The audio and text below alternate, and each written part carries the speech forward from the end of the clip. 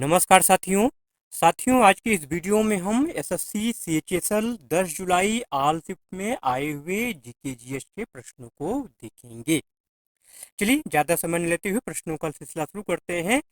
First shift की बात करते हैं। फर्स्ट शिफ्ट में आपका एक क्वेश्चन आया था कि किस खिलाड़ी के जन्मदिन को राष्ट्रीय खेल दिवस के रूप में मनाया जाता है। अब इससे आसान क्वेश्चन तो मेरे ख्याल से कुछ भी नहीं मिल सकता है। मुफ्त का नंबर आपको देके चला गया ये, ठीक है। मेजर ध्यानचंद, हॉकी के जादूगर मेजर ध्यानचंद के जन्मदिन को क्या मनाते हैं हम? राष्ट्रीय खेल दिवस के रूप में मनाया जाता है, ठीक है। अगला प्रश्न है कि भातखंडे संगीत संस्थान कहाँ स्थित है। अभी थोड़ा सा सोचने वाला प्रश्न था। जिनको नहीं पता होगा या जिन्होंने कभी नहीं पढ़ा होगा उनके लिए दिक्कत हो जाएगी, ठीक है। तो भातखंडे संगीत संस्थान जो है ये लखनऊ में स्थित है, ठीक है। अगला प्रश्न है कि हॉकी की खेल की अवधि कितनी होती है। तो हॉकी की खेल की अवधि होती है 60 मिनट, ठीक है, 60 मिनट। अगला प्रश्न है कि इंडियन सुपर लीग 2022-23 किसने जीता। 2022-23 की अगर बात की जाए तो मोहन बगान ने जीता था, और 2021-22 की अगर बात करें तो हैदराबाद फुटबॉल क्लब में इसको जीता था, ठीक है। अगला प्रश्न है कि राष्ट्रीय मानवाधिकार आयोग की स्थापना कब हुई थी।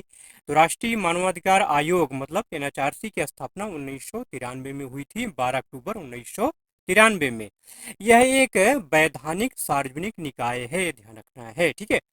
28 सितंबर 1993 के मानवाधिकार संरक्षण अध्यादेश के तहत इसकी स्थापना हुई थी।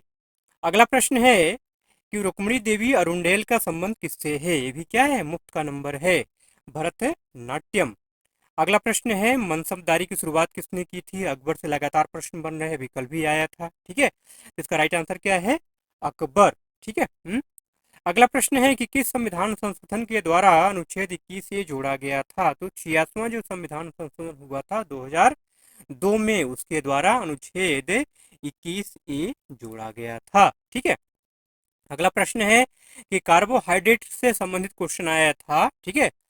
कार्बोहाइड्रेट क्या होता है। कार्बोहाइड्रेट का अगर प्रकार की बात करें तो दूध है, ब्रेड है, पॉपकॉर्न है, आलू है, ठीक है। इन सब में कार्बोहाइड्रेट पाया जाता है, ठीक। कार्बोहाइड्रेट बड़े पैमाने पर पौधों और पशु दोनों की ऊतकों में वितरित होता है।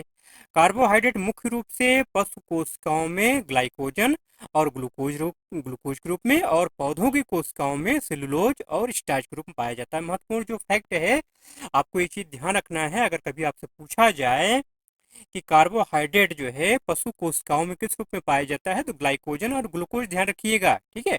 और पौधों की अगर बात हो तो सेलुलोज और स्टार्च के रूप में, ठीक है। अगला प्रश्न है कि दुर्गा पूजा का संबंध किस राज्य से है। ये भी महत्वपूर्ण क्वेश्चन है। वैसे दुर्गा पूजा तो लगभग हर जगह मनाई जाती है, ठीक है, लेकिन पश्चिम बंगाल से इसका विशेष संबंध है, ठीक है। पश्चिम बंगाल आपका आंसर में था। अगला प्रश्न है कि हिमालय की सबसे बड़ी श्रृंखला, सबसे बाहरी श्रृंखला कौन सी है। तो है शिवालिक। देखिए शिवालिक हिमालय की सबसे बाहरी एवं दक्षिणी श्रृंखला है, जो कि सबसे नवीन पर्वत श्रेणी भी है, ठीक है। अगला प्रश्न है कि कौन से मौलिक अधिकार विदेशियों को भी प्राप्त हैं, ठीक है, फॉरेनर को भी। ऐसे कौन से मौलिक अधिकार हैं जो फॉरेनर को भी प्राप्त है। तो अनुच्छेद 14, 20, 21, 21 से 22, 23, 24, 25, 26, 27, 28, इसमें जो भी लिखा हुआ है ये फॉरेनर को भी विदेशियों को भी प्राप्त है, ठीक है। अब बात करें मौलिक अधिकार की, तो भारतीय संविधान में मौलिक अधिकार को भाग 3 में और अनुच्छेद 12 से 35 के बीच में रखा गया है। 12 से 35 के बीच में ना, तो हमने क्या बताया अभी, 14 से लेके 28 तक, 14 के बाद फिर 20 से लेके 28 तक, ठीक है। तो ये जो मौलिक अधिकार इसमें है ये भारतीयों के साथ साथ विदेशियों को भी प्राप्त है, ठीक है। बात क्लियर हो गई। अच्छा, मौलिक अधिकार जो है संयुक्त राज्य अमेरिका के संविधान से लिया गया है। ये अधिकार बिना किसी भेदभाव के देश के सभी नागरिकों को प्रदान किए गए हैं। इन अधिकारों के कारण भारतीय संविधान के भाग 3 को क्या कहते हैं, भारतीय संविधान का मैग्ना कार्टा कहा जाता है, ठीक है। संविधान का मैग्ना कार्टा, इसके ऊपर भी क्वेश्चन एक बार आ चुका है, पूछा गया था, ठीक है, कि संविधान का मैग्ना कार्टा किसे कहा जाता है। अगला प्रश्न है आवगाडो नियम से संबंधित था, ठीक है, कि आवगाड्रो का नियम किसने दिया। ठीक, अगर ऐसा क्वेश्चन था तो सिंपल क्वेश्चन है, आसान है, कॉमन सेंस का क्वेश्चन है। आवगाड्रो का नियम कौन देगा, आवगाड्रो ही देंगे ना। तो आवगाड्रो का नियम क्या कहता है, समान तापमान और दबाव पर सभी गैसों के समान आयतन में अणुओं की संख्या समान होती है। अगला प्रश्न है कि निम्न में से कौन गैसीय आयतन के नियम से संबंधित है? तो गेलुसाक गेलुसाक द्वारा प्रतिपादित यह नियम कहता है कि गैसीय अभिकारकों और उत्पादों के आयतन के बीच के अनुपात को सरल पूर्ण संख्याओं में व्यक्त किया जा सकता है। ये गेलुसाक का नियम है। ठीक है। अगला प्रश्न है कि सर्वोच्च न्यायालय के अनुसार मुख्य चुनाव आयुक्त की नियुक्ति कमेटी में कौन कौन होगा? ठीक है। तो जब ये निर्णय आया था, उस निर्णय के अनुसार, उस समय के अनुसार प्रधानमंत्री, लोकसभा में विपक्ष का नेता और भारत के मुख्य न्यायाधीश। ठीक है। इस समय ये शायद बदल चुका है, इस समय जो है ये क्राइटेरिया बदल चुका है, ये पुरानी बात हो गई। ठीक है। अगला प्रश्न है, लेकिन ऑप्शन में आपके जो था उसी के अनुसार आपको टिक करना है ना। हाँ, पुरानी हो चाहे नई बात हो। अगला प्रश्न है कि हिंदुस्तान सोशलिस्ट रिपब्लिकन एसोसिएशन का गठन किसने किया था? तो हिंदुस्तान रिपब्लिकन एसोसिएशन या हिंदुस्तान सोशलिस्ट एसोसिएशन की स्थापना अक्टूबर 1924 में भारतीय स्वतंत्रता संग्राम के क्रांतिकारी रामप्रसाद बिस्मिल, योगेश चंद्र चटर्जी, ठीक है, चंद्रशेखर आजाद और सचिंद्र नाथ सान्याल आदि ने कानपुर में की थी। ठीक है। कहाँ स्थापना हुई थी इसकी? चतारे की कानपुर में। कब हुई थी भैया? अक्टूबर 1924 में। ठीक है। अगला प्रश्न है कि सांची का स्तूप कहाँ स्थित है? तो सांची का स्तूप जो है मध्य प्रदेश में स्थित है, यूनेस्को विश्व धरोहर में भी शामिल है ये। भोपाल गैस त्रासदी का कब हुआ था? एमपी से दूसरा क्वेश्चन आया है। ठीक है। भोपाल गैस त्रासदी तो 3 दिसंबर 1984, 2 से 3 की जो मध्य रात्रि थी ना, 2 दिसंबर 1984 और 3 दिसंबर 1984 की जो मध्य रात्रि थी, उसी में ये कांड हुआ था, जिसमें कि मिथाइल आइसोसाइनेट मतलब MIC नामक जहरीली गैस का रिसाव हुआ था। ठीक है। यूनियन कार्बाइड नाम की जो कंपनी थी जहाँ पे कीटनाशक बनाया जाता था, वहीं से जो है मिथाइल आइसोसाइनेट नामक जहरीली गैस का रिसाव हुआ था। ठीक है। अगला प्रश्न है कि कर्नाटक के वर्तमान मुख्यमंत्री कौन है? वर्तमान मुख्यमंत्री भैया सिद्धारमैया। ठीक है। राज्यपाल अगर पूछा जाए तो थावरचंद गहलोत है। ठीक। अगला प्रश्न है कि फुटबॉल में खिलाड़ियों की संख्या कितनी होती है? फुटबॉल में, क्रिकेट में कितने खिलाड़ी होते हैं? 11 खिलाड़ी होते हैं। ठीक है। अच्छा, फुटबॉल के नाम पे एक बात और ध्यान आई, रग्बी फुटबॉल अगर आपसे पूछ ले, रग्बी फुटबॉल में 15 खिलाड़ी होते हैं। ठीक है। अगला प्रश्न है कि भारत ने अब तक कितनी बार T20 मैच आयोजित किया है? तो केवल एक बार, 1 टाइम। ठीक है। कब? 2016 में। ठीक है। अगला प्रश्न है कि भरतनाट्यम का संबंध किस राज्य से है? तो सिंपल सा आंसर है इसका, तमिलनाडु। हाँ।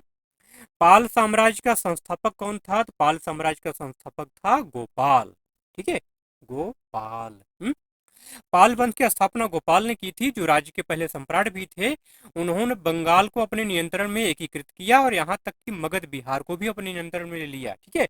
और बिहार के ओदंतपुरी में मठ की स्थापना की और धर्म परिवर्तन के बाद इन्हें बंगाल का पहला बौद्ध सम्राट माना गया। ठीक है। अगला प्रश्न है कि अफगानिस्तान की भाषा कौन सी है? तो अफगानिस्तान की भाषा जो है, मतलब जो ऑफिशियल लैंग्वेज इसको बोलते हैं, वो है पश्तो या दारी। पश्तो और दारी। ठीक है। तो ऑप्शन में जो भी रहेगा उसको आप टिक करेंगे। पश्तो रहेगा पश्तो टिक करेंगे, दारी रहेगा दारी टिक करेंगे। ठीक है। दोनों ही ऑफिशियल लैंग्वेज हैं। अगला प्रश्न है कि छोटी आंत कहाँ से शुरू होती है? तो छोटी आंत जो है ग्रहणी से शुरू होकर के पेट से जुड़ती है। ग्रहणी, ग्रहणी मतलब डियोडनम, जिसको अंग्रेजी में बोलते हैं डियोडनम। ठीक है। ग्रहणी से शुरू होकर के पेट से जुड़ती है। 1849 में बॉम्बे में किस समाज की स्थापना हुई थी? तो परमहंस मंडली। परमहंस मंडली की स्थापना दादोबा पांडुरंग, दुर्गाराम मेहता और उनके साथियों ने 1849 में बंबई में की थी। यह एक अत्यधिक प्रभावशाली और महत्वपूर्ण हिंदू सामाजिक धार्मिक सुधार संगठन था। ठीक है।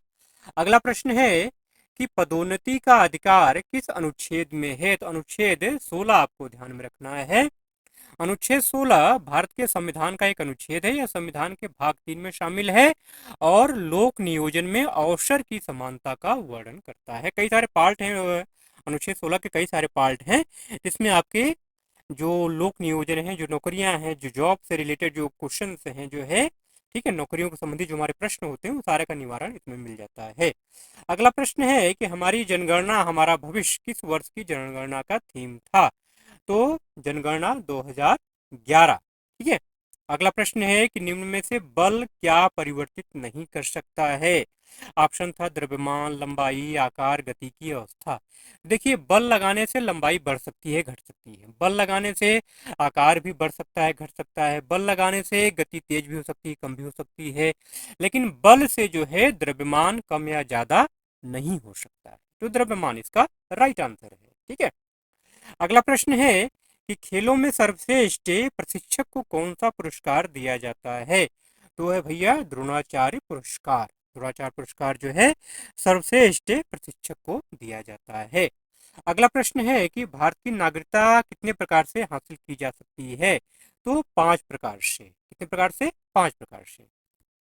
अब बात करें नागरिकता की, अगर आपसे पूछा जाए संविधान के किस भाग में है, तो ध्यान रखिएगा भाग 2। संविधान के भाग 2 और अनुच्छेद 5 से 11 के बीच में नागरिकता के संबंधित प्रावधान है, उसमें वर्णन है। ठीक है। अगला प्रश्न है कि सौरमंडल में दूसरा सबसे बड़ा ग्रह कौन सा है। सौरमंडल से लगातार क्वेश्चन बन रहा है, तो आपसे दूसरा पूछा गया था, दूसरा कौन सा है? शनि महाराज है। कौन है? शनि। ठीक है। जिनकी अगल बगल क्या पाई जाती है? वलय पाया जाता है। ठीक है। और पहला सबसे बड़ा ग्रह कौन सा है? वो है बृहस्पति। ठीक है। एक उपग्रह है जिसको बोलते हैं गैनीमीड। क्या बोलते हैं भैया? गैनीमीड। जरा कमेंट करके बताइएगा गैनीमीड जो है किसका जो है उपग्रह है। अगला प्रश्न है कि भारतीय राष्ट्रीय सर्वेक्षण के अनुसार 2022 में भारत की साक्षरता दर कितना था। देखिए, इनका जो है तरीका बदलना शुरू हो गया। अब तक 2011 की जनगणना पे चल रहे थे, अब जो है एनएचआरसी पे आ गए। भारतीय राष्ट्रीय सर्वेक्षण के अनुसार पूछना शुरू कर दिया इन्होंने साक्षरता दर। तो 77.7%। ध्यान रखना है आपको ये। ठीक है। अगला प्रश्न है कि राष्ट्रीय महत्व के स्मारकों, स्थानों और वस्तुओं के संरक्षण का विचार डैश में निहित है। किसमें निहित है भैया? डीपीएसपी में, राज्य के नीति निर्धारण सिद्धांतों में निहित है। राष्ट्रीय महत्व के स्मारकों, संस्थानों और वस्तुओं को संरक्षित करना है राज्य का दायित्व है। ठीक है। अगला प्रश्न है कि महात्मा गांधी के द्वारा 1930 में कौन सा आंदोलन शुरू किया गया था। तो सविनय अवज्ञा आंदोलन, दांडी यात्रा। ठीक है। नमक सत्याग्रह। ठीक है। तो दांडी यात्रा या नमक सत्याग्रह महात्मा गांधी के नेतृत्व में औपनिवेशिक भारत में अहिंसक सविनय अवज्ञा का एक कार्य था। 24 दिवसीय मार्च 12 मार्च 1930 से 6 अप्रैल 1930 तक ब्रिटिश नमक एकाधिकार के खिलाफ कृत प्रतिरोध और अहिंसक विरोध के प्रत्यक्ष कार्रवाई अभियान के रूप में चला था। ठीक है। दांडी मार्च। ठीक। तो सविनय अवज्ञा आंदोलन इसका राइट आंसर है। अगला प्रश्न है कि तैमूर ने किसके शासनकाल में उत्तरी भारत पर आक्रमण किया था। तो इसका जो राइट आंसर है वो है नादिर उद दीन महमूद शाह तुगलक। तैमूर ने 1398 में सुल्तान नसरुद्दीन मोहम्मद शाह तुगलक, जो कि तुगलक वंश का अंतिम शासक था, कि शासनकाल के दौरान उत्तरी भारत पर आक्रमण किया था। ठीक है। 30 सितंबर 1398 को जो है तैमूर ने सिंध नदी को पार किया था। ठीक। अगला प्रश्न है कि भारत का सबसे बड़ा फुटबॉल स्टेडियम कौन सा है। तो साल्ट लेक स्टेडियम। नाम इसका बदल गया है, इसका नाम हो गया है विवेकानंद युवा भारती क्रीड़ांगण। ध्यान रखिएगा, अगर आपसे पूछ लिया जाए कि साल्ट लेक स्टेडियम का नया नाम क्या है, तो विवेकानंद युवा भारती क्रीड़ांगण। कंफ्यूज मत हो जाइएगा, ये दुनिया का दूसरा सबसे बड़ा स्टेडियम है। यह अंतर्राष्ट्रीय स्तर का स्टेडियम है। इसकी क्षमता लगभग जो है 1,20,000 दर्शकों की है। ठीक है। इतना बड़ा स्टेडियम है कि 7 मिनट के अंदर जो है पूरा स्टेडियम खाली हो सकता है। मतलब ऐसी इसमें सुविधाएं हैं, ऐसी बना हुआ है ये। ठीक है। आराम से लोग बाहर जा सकते हैं। अगला प्रश्न है कि ओआरएस के जनक जिन्हें 2023 में पद्म विभूषण से सम्मानित किया गया था, उनका नाम बताना था आपको। तो इसका जो राइट आंसर है वो है दिलीप महालनोबिस। महालनोबिस के ऊपर पंचवर्षीय योजनाओं की भी याद आ जाती है, वहां भी महालनोबिस है। ठीक है। हाँ, तो थोड़ा कमेंट करके बताइएगा। अगला प्रश्न है कि कौन सा ग्रह नेपच्यून की कक्षा से गुजरता है। तो है प्लूटो। प्लूटो जो है नेपच्यून की कक्षा से गुजरता है। सूर्य के चारों ओर अपनी 249 साल की परिक्रमा में से 20 साल के लिए नेपच्यून की कक्षा में अंदर और बाहर घूमता है। ठीक है। प्लूटो जो है 20 साल के लिए नेपच्यून की कक्षा में अंदर और बाहर घूमता है। अगला प्रश्न है कि 10वीं पंचवर्षीय योजना के द्वारा देश में कितने प्रतिशत गरीबी कम हुई थी। 0.5%। ठीक है। 10वीं पंचवर्षीय योजना कब से कब तक चली? तो 2002 से लेकर 2007 तक चली। 10वीं पंचवर्षीय योजना का मुख्य उद्देश्य क्या था? 6 से 14 वर्ष की आयु के सभी बच्चों को निःशुल्क और अनिवार्य शिक्षा प्रदान करके प्राथमिक शिक्षा का सार्वभौमिकरण करना था। ये 10वीं पंचवर्षीय योजना का लक्ष्य था। ठीक है। अगला प्रश्न है कि कालबेलिया नृत्य का संबंध किस राज्य से है? कालबेलिया नृत्य का संबंध है राजस्थान से है। ठीक है। अगला क्वेश्चन है कि पृथ्वी का जुड़वा ग्रह किसे कहा जाता है? पृथ्वी का जुड़वा ग्रह शुक्र को कहा जाता है। इसके बारे में डिटेल चर्चा मैंने पिछली वीडियो में किया था। ठीक है। और सौरमंडल पे वीडियो बना हुआ, उसमें भी पूरा डिटेल में चर्चा है। ठीक है। तो जरूर उसको देख लीजिएगा। शुक्र ग्रह जो है लगभग पृथ्वी के जैसा है आकार में, संरचना में। ठीक है। इसलिए इसको जुड़वा ग्रह कहा जाता है। ठीक है। अगला प्रश्न है कि कैलाश मंदिर कहाँ स्थित है? कैलाश मंदिर जो है महाराष्ट्र में स्थित है, एलोरा महाराष्ट्र। अगला प्रश्न है कि अनुच्छेद 24 का संबंध किससे है? तो अनुच्छेद 24 कहता है कि कारखानों आदि में बालकों के नियोजन का प्रतिषेध।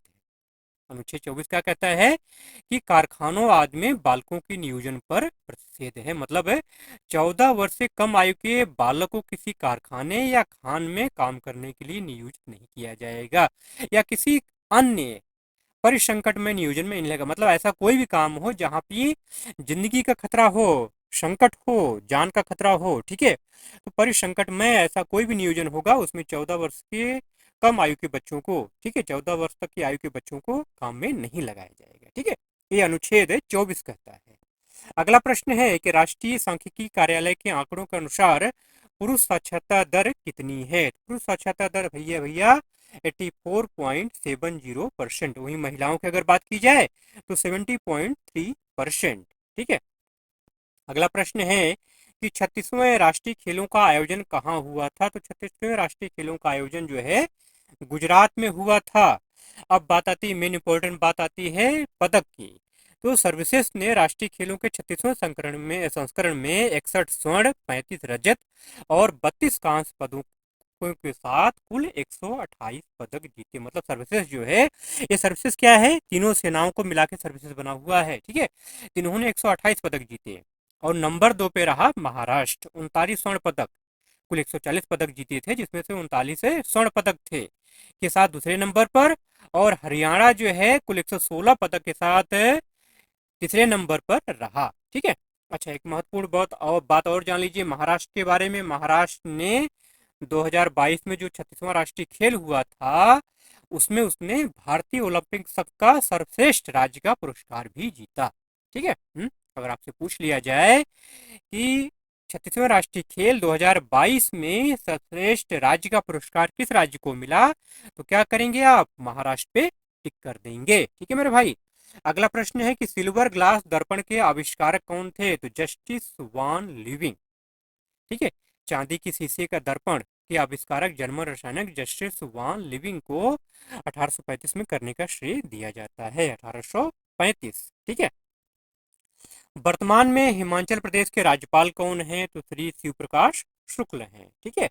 मुख्यमंत्री की बात करें तो सुखविंदर सिंह सुक्खू हैं। ठीक है। अगला प्रश्न है कि राष्ट्रीय भाला फेंक दिवस कब मनाया जाता है? तो 7 अगस्त को। महत्वपूर्ण बात यह है कि क्यों मनाते हैं 7 अगस्त को। ठीक है। देखिए, एथलेटिक फेडरेशन ऑफ इंडिया ने 10 अगस्त 2021 को प्रतिवर्ष 7 अगस्त को राष्ट्रीय भाला फेंक दिवस मतलब नेशनल जेवलिन थ्रो डे के रूप में मनाने की घोषणा की। क्यों? क्योंकि 7 अगस्त 2021 को ही नीरज चोपड़ा ने टोक्यो ओलंपिक 2020 में भाला फेंक स्पर्धा में देश के लिए पहला स्वर्ण जीता था। ठीक है। अगला प्रश्न है कि लाइफ डिवाइन पुस्तक किसकी रचना है? लाइफ डिवाइन पुस्तक है अरविंदो घोष या अरविंद घोष की रचना है। आत्मकथा है इनकी। ठीक है। अगला प्रश्न है कि निम्नलिखित में से कौन सा गीत बच्चे के जन्म पर गाया जाता है? तो बच्चे के जन्म पर गाया जाने वाला जो लोकगीत है वो है सोहर। क्या कहते हैं भैया उसको? सोहर कहा जाता है। ठीक है।